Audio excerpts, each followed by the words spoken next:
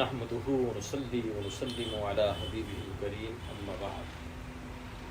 فأعوذ بالله من الشيطان الرجيم بسم الله الرحمن الرحيم إن الذين قالوا ربنا الله ثم استقاموا تتنزل عليهم الملائكة ألا تخافوا ولا تحزنوا وأبشروا بالجنة التي كنتم توعدون آمنت بالله صدق الله العظيم ويقول الحبيب صلى الله عليه وسلم وبارك عليه العلماء ورثة الأنبياء صدق رسول الله صلى الله عليه وسلم إن الله وملائكته يصلون على النبي يا أيها الذين آمنوا صلوا عليه وسلموا تسليما اللهم صل على سيدنا مولانا محمد وعلى آله وبارك وسلم صلاة تحب ترضى بأن تصلي عليه صلاة وسلاما عليك يا رسول الله. حضرات قابل احترام علماء اہل سنت اور رفیقان گرامی، السلام علیکم ورحمۃ اللہ وبرکاتہ. سب سے پہلے تو میں آپ کو اس تاریخ ساز اور نہایت زرخیز علیمی آفس میں آپ حضرات کا خیر مقدم کرتا ہوں کہ الحمدللہ یہ وہ خطہ ہے، یہ وہ حصہ ہے، یہاں سے فیضان علیمی و نورانی ٹوٹ ٹوٹ کر ہندوستان بھر میں اور خصوصیت کے ساتھ جمدہ شاہی کے علاقوں میں برسا. اس مناسبت سے ہم سب اللہ رب العزت کے شکر گزار ہیں کہ اللہ تعالیٰ نے اپنے فضل و کرم سے ایسی ایمانی، عرفانی اور باصفا زہد و تقوی سے معمور ہستیاں ہمیں میسر ہوئیں کہ جن کے فیضان علمی و روحانی سے ہم نہیں بلکہ ہماری نسلیں بھی آباد ہوں گی انشاءاللہ. آج کی یہ مختصر تقریب عالم اسلام کی اس ابتری شخصیت کی بارگاہ میں خراج عقیدت پیش کرنے کے لیے، ان کی روح پرفتوح کو اصال ثواب کرنے کے لیے اس علیمی آفس میں منعقد ہے. کہ جس شخصیت کا عالم یہ ہے کہ اگر میں یہ کہوں کہ رب تبارک و تعالیٰ نے یہ اللہ کی سنت کریمہ ہے اور اس کی ذات کے لیے یہ کچھ مستبعد نہیں کہ لیس علی اللہ بمستنکر ان یجمع العالم فی واحد. اللہ رب العزت پہ استبعاد نہیں، ناممکن نہیں کہ کسی فرد واحد میں دنیا بھر کی خوبیاں اور کمالات کو یکجا فرما دے. بلا شبہ وہ شخصیت جامع الصفات والکمالات، اور اللہ رب العزت نے جن خوبیوں اور کمالات سے ان کو نوازا تھا کہ آج دنیا کے مختلف خطوں میں، مختلف علاقوں میں اس کا فیضان بھی ہمیں نظر آ رہا ہے. یہ صرف دعویٰ نہیں بلکہ عملی طور پر ہم اپنی کھلی آنکھوں سے اس کی تعبیر کو ان خطوں میں دیکھ رہے ہیں. میری مراد قائد اہل سنت، قائد ملت اسلامیہ، رہبر شریعت و طریقت، مبلغ اسلام حضرت علامہ مولانا شاہ نورانی صدیقی نور اللہ مرقدہ، خلف الرشید حضور مبلغ اسلام شہید عشق و محبت حضرت علامہ مولانا شاہ محمد عبداللیم صدیقی قادری مدنی مدفون جنت البقیع، جن کے فرزند ارجمند ہیں آپ، اور جن کی وراثتوں کے اور جن کے کمالات کے آپ جامع ہیں. اسی سے آپ اندازہ کر سکتے ہیں کہ ان کے اس فرزند کو رب تبارک و تعالیٰ نے کن کن خوبیوں سے نوازا تھا. اگر یہ بات سچ ہے اور یقیناً سچ ہے کہ الولد سر لابیہ، اولاد جو ہے بیٹا جو ہے یہ اپنے باپ کا سر ہوتا ہے، اس کا آئینہ دار ہوتا ہے، اور اس میں کوئی شبہ نہیں کہ حضرت قائد اہل سنت رحمۃ اللہ تعالی علیہ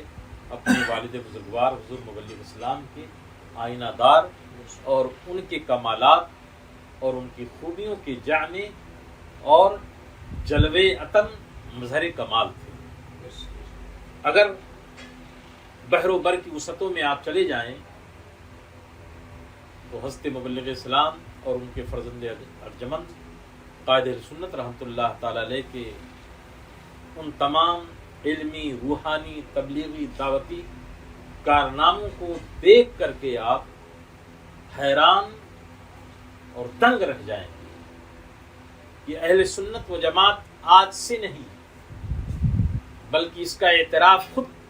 سیدی سرکار اعلی حضرت عظیم البرکت نے مختلف موقع اعلی حضرت عظیم البرکت نے مختلف موقعوں پر اپنی تحریروں میں اظہار فرمایا ہے، جو ہماری بے اجتماعیت، ہماری جماعت کی جو کاہلی، سستی اور ترتیب نہ ہونے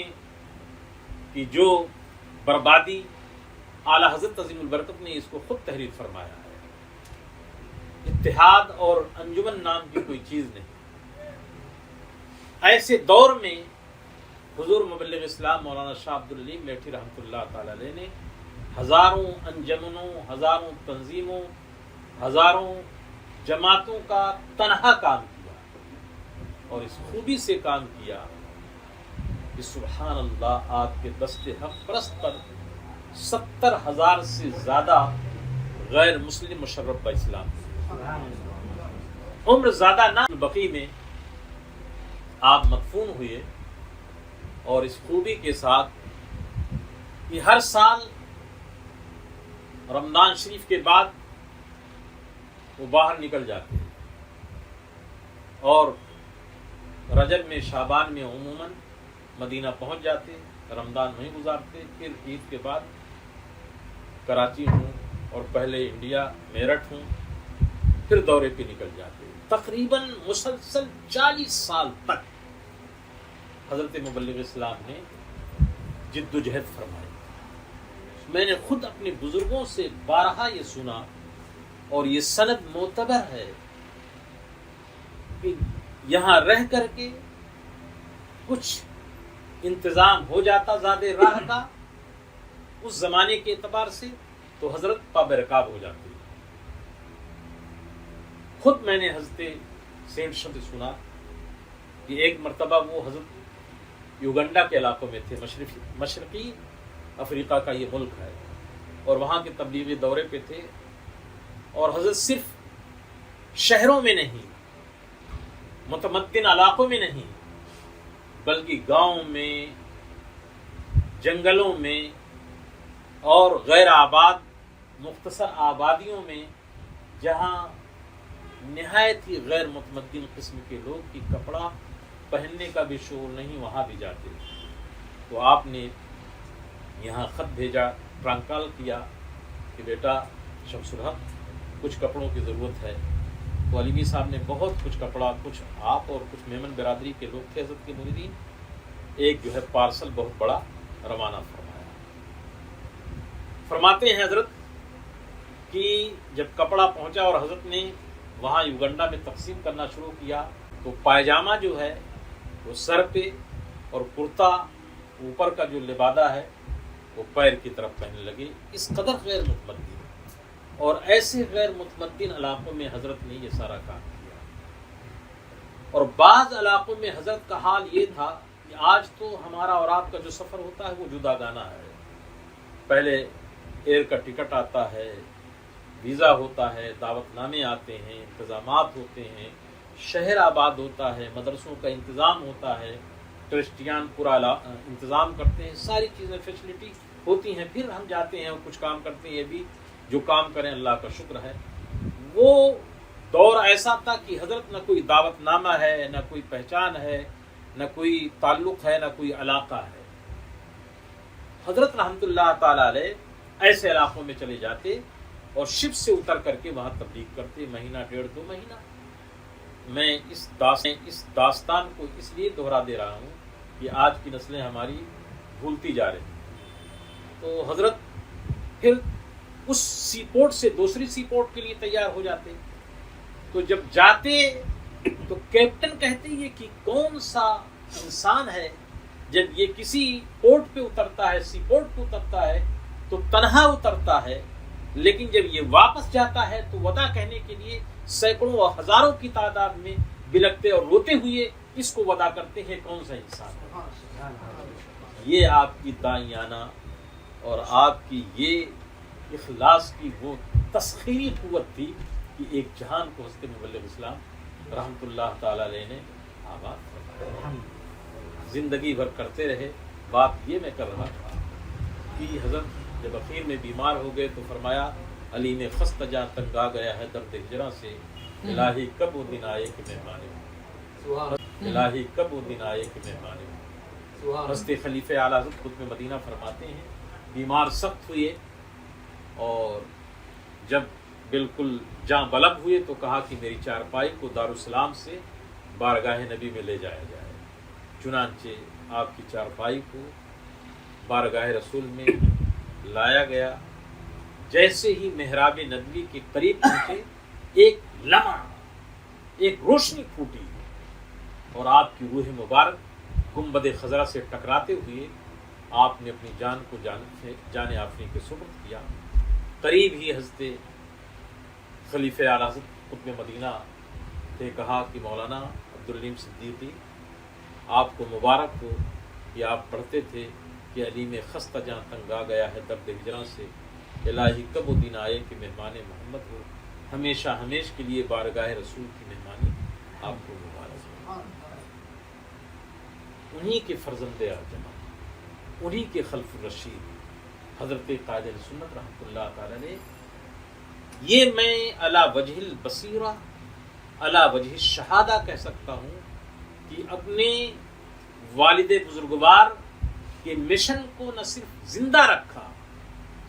بلکہ بہت حد تک آپ نے آگے بڑھایا اور اس میں ترقی کی اور مختلف جہتوں سے۔ تفصیل کا موقع نہیں ہے، مذہبیت کے ساتھ ساتھ آپ نے سیاست میں آپ نے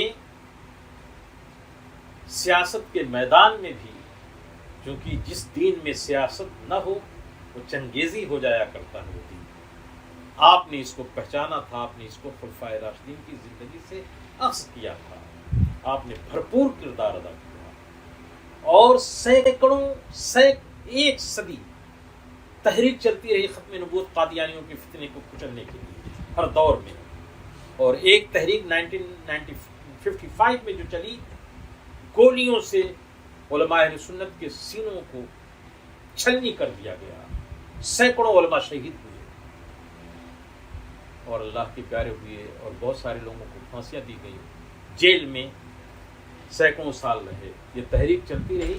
یہاں تک کہ حضرت قائد سنت رحمۃ اللہ تعالی علیہ نے جب آپ پارلیمنٹ میں ہوئے اور آپ نے پہلی مرتبہ پارلیمنٹ کے فلور پر جو مسلمانوں کے لیے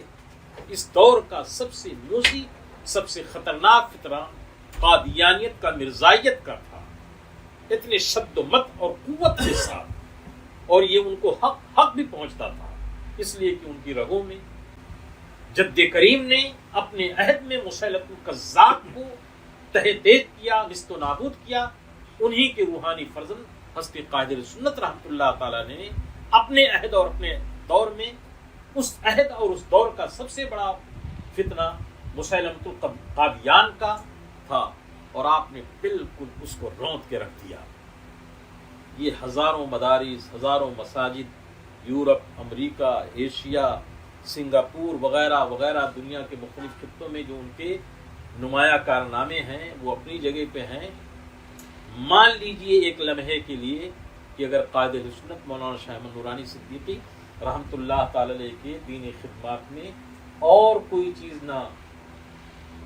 موجود ہوتی تو آپ کی سرخروئی کے لیے، آپ کی سرفرازی کے لیے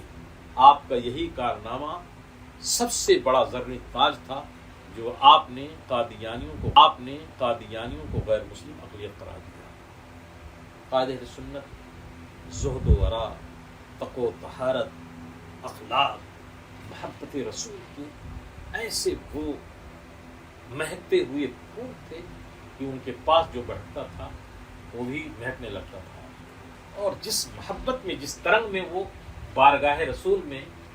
صلاۃ و سلام پیش کرتے تھے تو ایسا محسوس ہوتا تھا کہ پورا مجمع گنبد خضرا کی چھاؤں میں کھڑا ہے۔ یہ حال تھا، خوشبو سے نہا جاتا تھا، اتنے بڑے عالم، لیکن علماء کی اس قدر قدرداں، علماء کی تکریم،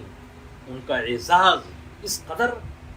ان کی سرشت اور ان کے اخلاق عالیہ میں تھا کہ قریب و بعید، خرد و کلا، اصاغر و اکابر کے تو بہت ہی تھے ہی، لیکن اپنے اس چھوٹے سے چھوٹے بھی دور کے عالم دین کے تبجیل و تکریم کے لیے کھڑے ہو جاتے اور سینے سے لگاتے، اور ان کی خدمت میں جو بیٹھتا ان کو دیکھنے کے بعد بارافتہ ہو جاتا اور عہد صحابہ کی یاد تازہ ہو جاتی۔ جرأت حق کا عالم یہ تھا کہ ایک عالم ربانی کی یہ شان ہے کہ جس عہد کا جو فتنہ ہو اس کی سرکوبی کے لیے اپنی وسعت بھر، اپنی بساط بھر کوشش اور جد و جہد کرے۔ یہ علماء کی اور عالم دین کی شان ہے، اس لیے انہیں وارث انبیاء کہا گیا، العلماء ورثۃ الانبیاء۔ بڑا سے بڑا کوئی جابر حکمراں ہو، قائد اہل سنت رحمۃ اللہ تعالی علیہ برملا بر وقت پوری جسارت اور پوری حمایت حق کے ساتھ اس کو ٹوکتے تھے اور اس کو تنبیہ فرماتے تھے۔ سکوت ڈھاکہ کے موقع پر یحییٰ شراب پی رہا تھا، ایسا یہ جنرل تھا کہ کسی پریزیڈنٹ کی بھی جرات نہیں ہوتی تھی کہ اس کو ٹوک دے، لیکن جب اس کے کیبن میں حضرت مولانا عبدالستار خان نیازی اور حضرت قائد اہل سنت گئے ڈھاکہ میں تو اس وقت اس کے ٹیبل پہ شراب کی بوتل رکھی ہوئی تھی۔ فرمایا، ظالم تم کو شرم نہیں آتی؟ ملک ٹوٹ رہا ہے اور تو شراب پی رہا ہے، اور ہمیں بلایا؟ یا تو شراب کے اس بوتل کو، جام کو باہر کر، ورنہ ہم جاتے ہیں۔ ڈر کے مارے جو ہے شراب کی بوتل کو باہر کیا۔ ایسے جنرل کے سامنے برملا اظہار کرنا اور ٹوک دینا، یہ مولانا شاہ احمد نورانی رحمۃ اللہ تعالی علیہ کی حق گوئی اور جرات کا معاملہ تھا۔ کنز ایمان پہ جب پابندی لگی، دنیا بھر کے سے لوگوں نے مظاہرہ کیا، احتجاج کیا، لیکن سب سے پہلے سرکاری طور پر اور لیگل اور مؤثر جو احتجاج کیا وہ حضرت قائد اہل سنت رحمۃ اللہ تعالی نے، اور شاہ فہد کو مجبور ہونا پڑا، اس کو واپس لینا پڑا۔ اور یہی وجہ تھی کہ قائد اہل سنت رحمۃ اللہ تعالی علیہ کو ان کی زندگی بھر نہیں آنے دیا، پابندی لگا دی گئی۔ سب تو گئے، لیکن قائد اہل سنت نے جس جسارت کے ساتھ للکارا تھا، اور کنز ایمان کانفرنس اور حجاز کانفرنس آپ نے کی تھی، وہ آن ریکارڈ ہے، آپ یوٹیوب بھی ان کی تقریروں کو سن سکتے ہیں۔ پورا سعودیہ ہل گیا تھا، اور اسی چونکہ حضرت کی خاتون خانہ مدنی تھی، ان کے پاسپورٹ کو بھی ضبط کر لیا، یہاں تک کہ ان کی والدہ والد کا انتقال ہوا، وہ نہ جا سکی، روتی تھی، سعودی پاسپورٹ تھا، لیکن حضرت یہی فرماتے تھے، لا تئس من روح اللہ، نا امید ہونے کی ضرورت نہیں ہے، حق پہ ڈٹے رہنا یہ مرد مومن کی شان ہے۔ اسی لیے ان کے خسر محترم حضرت شیخ مدینہ، شیخ حرم علامہ فضل الرحمن رحمۃ اللہ تعالی علیہ فرماتے تھے کہ میرا نورانی نہ جھکتا ہے نہ بکتا ہے، جھکنے والے کتنے جھک گئے، بکنے والے کتنے بک گئے، لیکن حضرت جہاں تھے وہیں کھڑے رہے، اور حق کا ایسا مظاہرہ وہیں کھڑے رہے، اور حق کا ایسا مظاہرہ کیا۔ ضیاء الحق جیسے ڈکٹیٹر کو فرمایا، جب چونکہ بہت بڑا ابوالحسن ندوی وغیرہ سے وہ مشورہ دیتا تھا، فرمایا یہ تو دوزخ ہے، یہ کیا قبول کرے گا، دوزخ ہے، جہنم ہے، اس کے سامنے ہی کہا، سب لوگ موجود تھے، اخبار میں آن ریکارڈ یہ بات آئی ہے، اور کہا، اور کھڑے ہو کر کے اور عبدالستار نیازی صاحب کے ہاتھ کو کھڑا کرتے یہ کیا بات سنے گا، یہ جہنم کا کندہ ہے، یہ کیا سمجھ سکتا ہے یا کیا سن سکتا ہے، اس کی عقل اور اس کا کان اور اس کا دماغ بھی معاف ہو چکا ہے، اس شان کے تھے۔ یہی وجہ ہے دوستو میرے ساتھیوں، جب کوئی عالم ربانی اپنے حق کو، کردار کو ادا کرتا ہے تو رب تبارک و تعالیٰ اس کی عزت، اس کی شان کو بھی اسی طرح سے بڑھاتا ہے، اس آستانے کو ہم بہت پہنچتا ہے، اس لیے کہ حضرت 4 مرتبہ